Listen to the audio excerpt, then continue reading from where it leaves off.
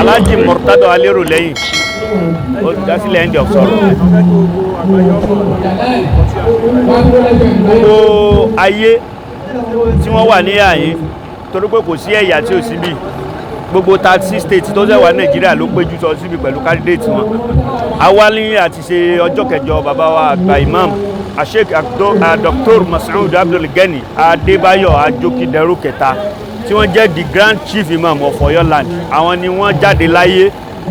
Àwọn ṣèjọ́ kẹjọ àdúrà ìjókòó wọn òun ló jẹ́ kí gbogbo àwọn èèyàn pọ̀ ní àyè. Bàbá ní gbogbo irú èèyàn wo ni bàbá imam jẹ́? Bàbá imam jẹ́ abiyamọ tòótọ́ tí wọ́n dẹ̀ máa ń fi inú kan ìfẹ́ wọ́n dẹ̀ máa ń fi bá èèyàn lò.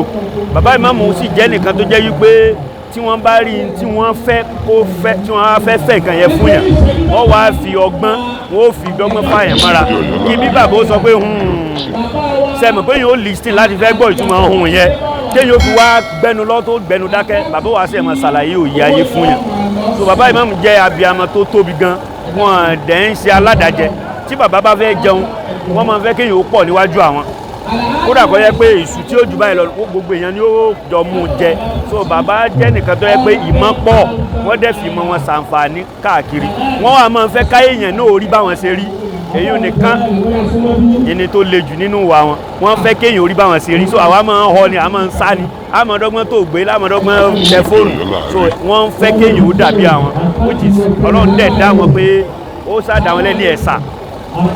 Gbogbo ayé àwọn ọ̀rọ̀ kan lọ ní orí social media wọ́n lọ yóò lọ́ba pé àtúntì mọ̀ pé sáà ìsọmọ òrukàn báyìí.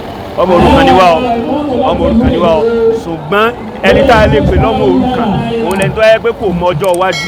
So Ọ̀yọ́ lọ́jọ́ iwájú torí pé àwọn bàbá wa láàfin tó lọ sí bàbá bá sọ̀rọ̀ ń ṣe àwọn ojúṣe bàbá wa ìmáàmù tó lọ níjọ́ tí wọ́n ti lọ tàbí kápẹ́gbà tí wọ́n ti bẹ̀rẹ̀ ààrẹ ní bàbá wa Mufaziu àti gbogbo àwọn olóyè nílùú Ọ̀yọ́ bíi bàbá wa Amirul Mu'minin bàbá wa Minasara wọ́n ti ṣe àwọn ojúṣe wọn ò jẹ́ kí ààyè yóò ṣòfò adìwà ló mọ òrukàn o ṣùgbọ́n alọ́jọ́ iwájú. Ẹ bá wọn ṣe àdúrà fún Ọ̀yọ́.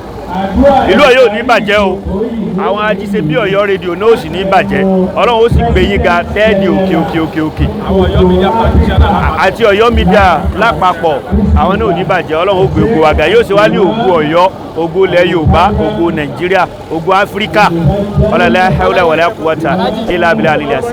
Alhaji Aleroleyin Murtado akulikulu end of sorrow.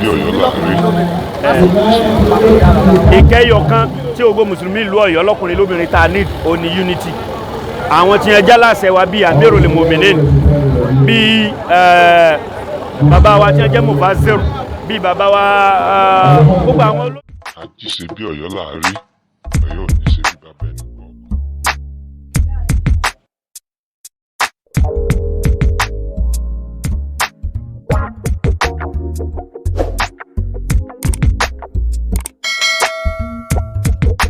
Àjíṣe bí Ọ̀yọ́ láàrí Ọ̀yọ́ ò ní ṣe bí bàbá ẹni kọ̀ọ̀kan.